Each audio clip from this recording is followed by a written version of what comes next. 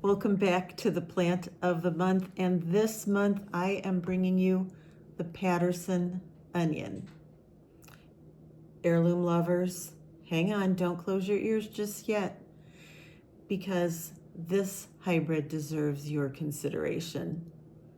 Heirloom varieties bring history, flavor, and seed saving to our gardens, but hybrids, they have a great supporting role. You know, the F1 Patterson was bred for specific characteristics, and those strengths matter to me as a grower. They're disease resistant, they're uniform, and they have a very, very long storage life. While they aren't meant for seed saving, they often outperform heirloom varieties and store longer. Think of a hybrid as your dependable pantry crop. The onions you can count on to last through the winter, while your heirlooms shine as flavor and genetic storytellers. A balanced garden has room for both tradition and practicality. If you're anything like me, heirloom varieties usually steal your heart and most of your garden space. But every once in a while, a hybrid comes along that earns a permanent place in the planting plan. The Patterson, well, it's one of those rare standouts. Once you grow it, you'll understand why I swear by it. Patterson onions were bred with one goal in mind: exceptional storage. And they deliver. Under proper curing and storage conditions, the Patterson will last up to 10 months, making them a true workhorse for growers who value pantry reliability as much as garden performance.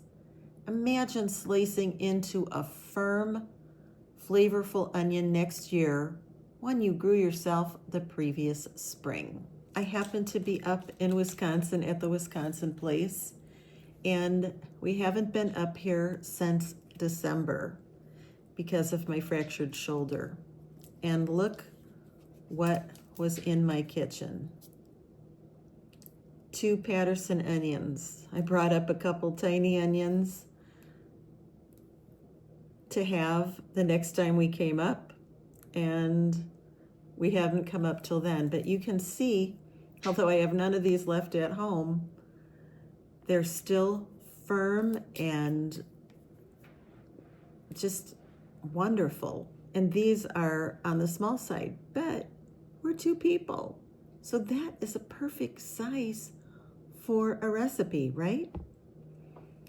In the garden, the Patterson onions are impressively uniform. They produce round bulbs with beautiful golden brown skins. They're known for their strong tops and excellent disease resistance and dependable yields. Their balanced classic onion flavor works beautifully for fresh eating, for sautéing, most cooking, and even for those crock-pot long simmering meals. But where the Patterson truly shines is after harvest. They have a tight neck, and they cure well and resist sprouting early, which I can't say for many of the open pollinated varieties. For a gardener focused on food security, self-sufficiency, or simply fewer trips to the grocery store, this onion checks off every one of those boxes. So what's my growing setup? Well, I have raised beds. They're in full sun, and the onions love that. They germinate in 7 days typically for me. The package says 7 to 10. Sometimes it'll take a little bit longer. One thing to note about onion seeds in general is you don't want to keep them after 1 year because their germination rate is among the strongest plummet of any seed out there other than parsnips, I think. So how do I feed them? Well, you've heard me say it before. I put alfalfa pellets under 4 inches of a leaf mold organic compost that I have delivered.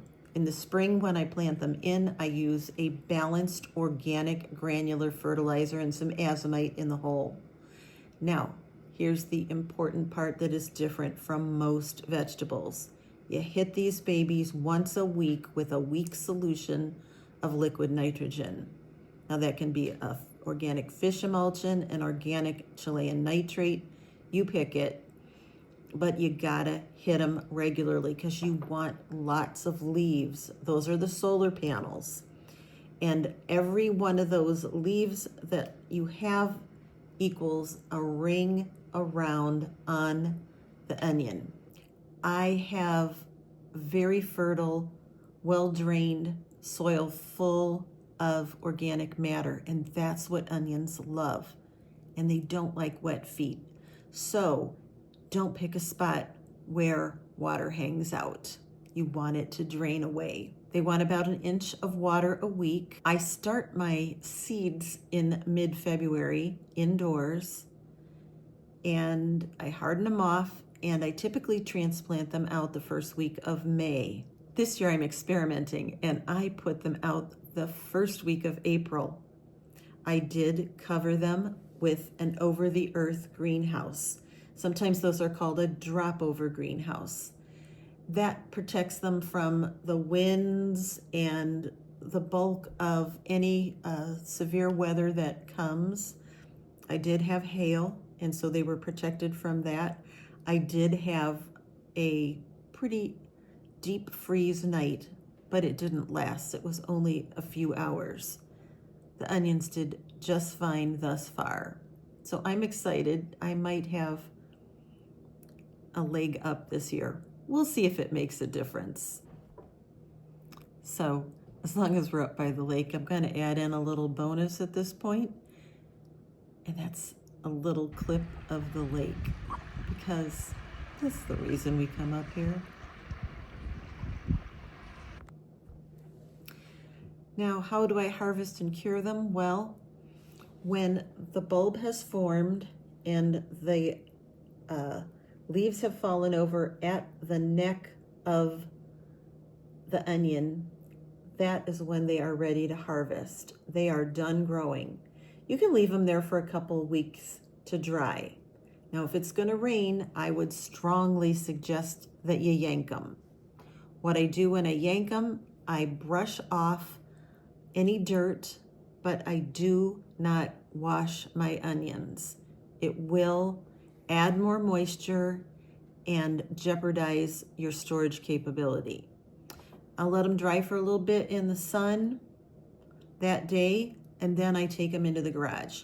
When I put them in the garage, I have them on wire shelves, spread out well, and then I have an oscillating fan blowing back and forth onto those onions.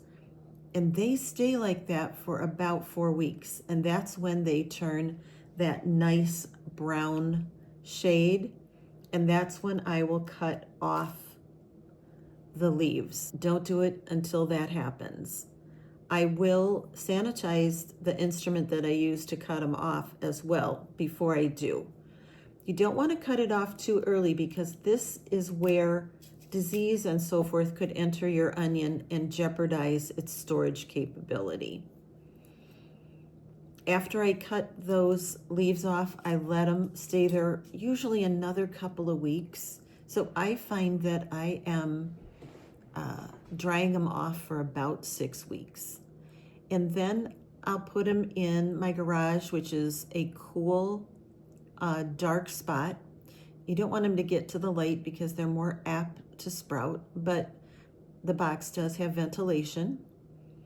And I will check them often during the winter to make sure that I don't have anybody going bad. That doesn't typically happen, though, with the Patterson onion for me.